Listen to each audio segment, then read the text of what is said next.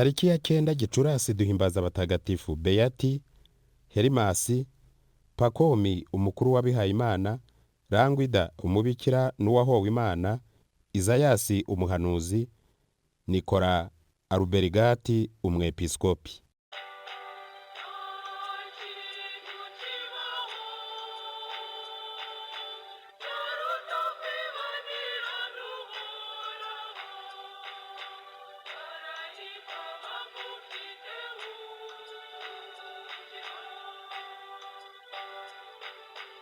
Turahimbaza mutagatifu Pakomi umukuru w'abamonaki witavye Imana mu wa 348.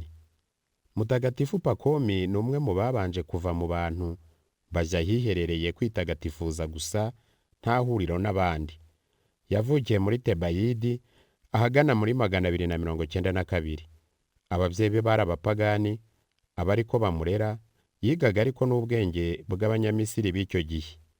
Aho Misiri itsindiwe n'abaromani atorwa mu bagomba kubera abaromani abasirikare. Agenda ariko ku gahato. Afatanwa n'abakristu benshi bagiye nabo ari abasirikare. Ineza zabo n'ukwiyumanganya kwabo no kutita ku mukiro w'isi n'imisuzugurire yabo y'ubugingo bw'isi bituma Pakomi yemera nawe ubukristu. Na mbere imihango ya gipagani n'imico yabwo yarabisuzuguraga cyane. Aho yemereye ubukristu, ibishuko by'ingeso mbi z'isi cyane cyane iby'itegeko rya 6 yumva biracogoye.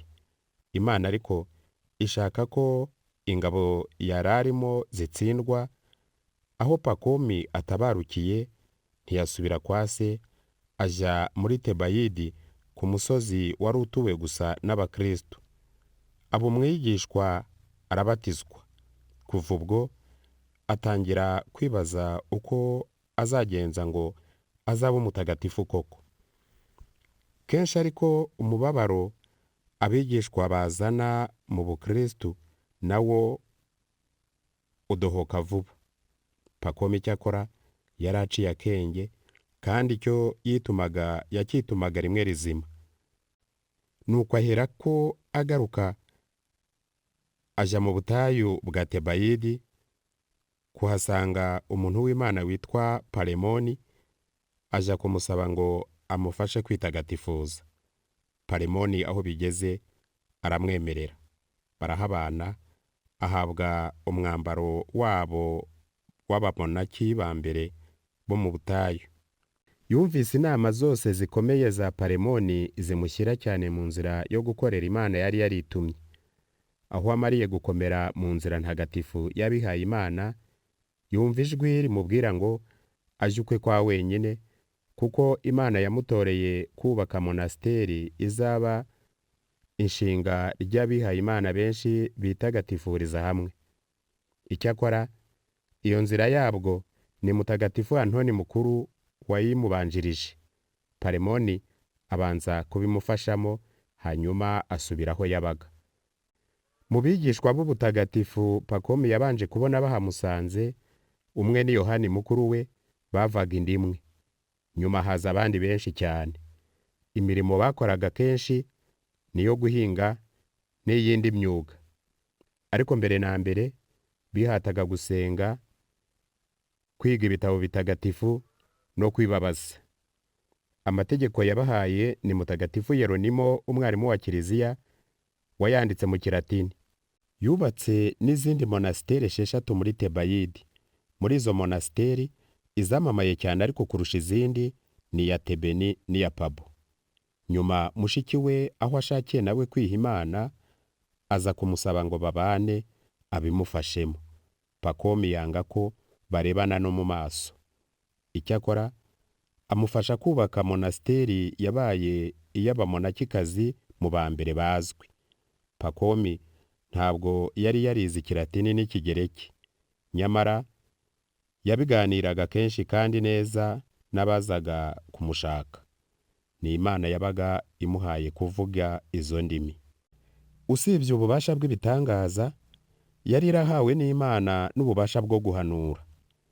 Mu byo yahanuye yavuze ko umuryango w'abamonaki yashinze utazakomera, ko iyindi izawufatiraho ikaba ariyo izaramba muri kiliziya. Pacome yapfuye ku itariki ya 9 Gicurasi 349. Ni abakristu ubwabo babanje kumubarira mu batagatifu, babimuhera icyubahiro cyabwo, nyuma kiliziya irabyemera. Jya wibuka iteka ko isi ari ubusa, nuko kubaho kw'iteka ntacyo kwaguranwa.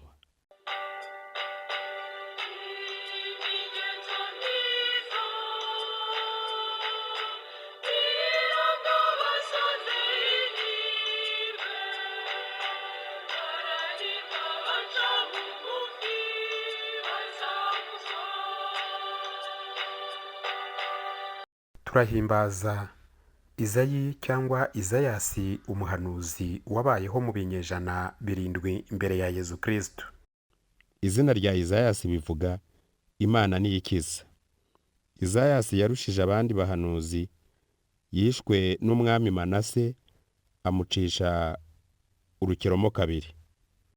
Izayi ubwe aradutekerereza ukuntu Imana yamutoreye kuba umuhanuzi wayo mu mwaka umwami Oziya yatanzemo muri 740 mbere ya Yezu Kristo. Uhoraho nyir'ubutagatifu yamwigaragarije mu ibonekerwa ry'agatangaza mu ngoro y'i Yerusalemu, nuko amutuma kujya gutangaza ko Isirayeli na Yuda bizasenywa bizira ubuhemu bw'umuryango wose. Tubisanga mu gitabo cy'umuhanuzi Izayi, umutwe wa 6, umurongo wa 1 kugeza kwa 13. Izayi yari muntu ki? Nk'uko tubisanga mu nyandiko ze, yakomokaga mu muryango umerewe neza, utuye mu murwa mukuru i Yerusalemu. Yari umuntu ujijutse, uzi neza amateka y'igihugu cye, akaba n'inzobere mu Gihebureyi. Yabanaga neza n'abakomeye, ndetse n'ibwami akahagenda nta nkomyi. Ubutumwa bwe bwamaze imyaka 40, ari nayo ngoma ya Yuda yakendereyemo, bigeza naho bategekwa n'Abanyashuru. Kugira ngo turusheho kumva neza iby'ingenzi mu byabaye mu gihe cye, ni ngombwa kumenya ibi bintu bikurikira. Ahagana mu mwaka wa 735 niho habaye intambara Yuda yarwanye na Samariya, Efurayimu na Damasi. Nibwo umwami wa Samariya Peka n'umwami wa Damasi Ransoni basabye umwami Akazi w'i Yerusalemu kwifatanya nabo ngo bivumbagatanye kuri Tegarati Farazari, umwami wa Ashuru. Akazi yaze kwivanga muri ayo mahane, bituma abo bombi bamurakarira, banoganya umugambi wo gutera Yerusalemu. Akazi abibonye atyo, aca ku nama za Izayi wamubwirizaga kwiringira Uhoraho, maze yitabaza umwami wa Ashuru.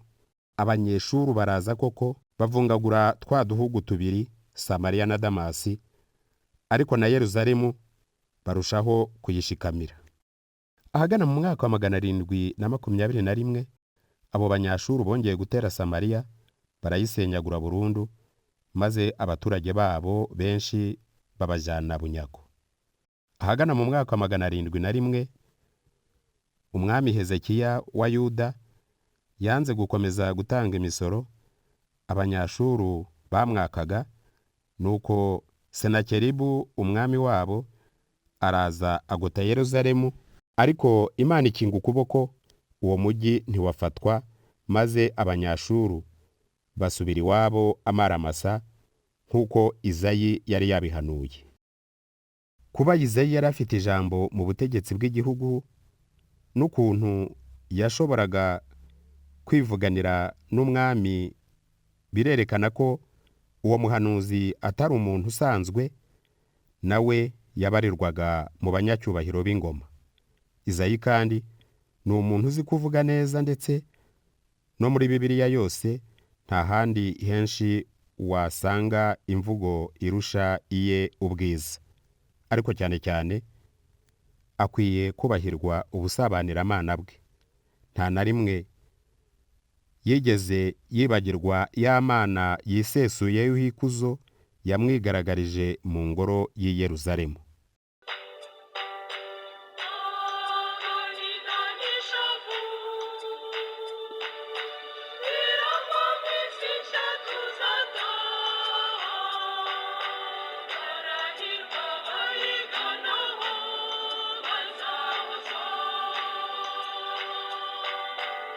abandi batagatifu bizihizwa uyu munsi: i Yerusalemu turahimbaza mutagatifu Izayasi twavuze haruguru, umuhanuzi. Izina rya Izayasi bivuga Imana niyo ikiza. Izayasi yarushije abandi bahanuzi, yishwe n'umwami Manase amucisha urukeromo kabiri. I Roma turahimbaza mutagatifu Herimasi, niwe mutagatifu Pawulo intumwa atubwira mu ibaruwa ye yandikiye Abanyaroma. I Vandomi mu Bufaransa turahimbaza mutagatifu Beyati. I Kolonye mu Budage turahimbaza mutagatifu Rangwida uwahowe Imana, yapfiriye Imana rimwe na mutagatifu Urusura. Mwabiteguriwe kandi mubigezwaho na André, Holyland TV Rwanda. Mugira amahoro.